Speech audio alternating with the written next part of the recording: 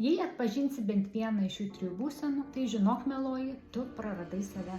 Tu nuolat jauti kaltę, kai ilsiesi, lyg nebūtum užsitarnavus šio poilsio. Tu deriniesi prie kitų, atitikdama kažkieno poreikius ar lūkesčius, kad patikti, pamiršdama savo poreikius. Tu net neprisimeni, ko tu nori. Ne dėl vaikų, ne dėl šeimos, ne dėl artimųjų, ne dėl pasaulio ar dėl darbo, bet dėl savęs. Ko tu nori, kas tave džiugina, kada tu esi laiminga. Taigi ar nemanai, kad laikas prisiminti, kas tu esi?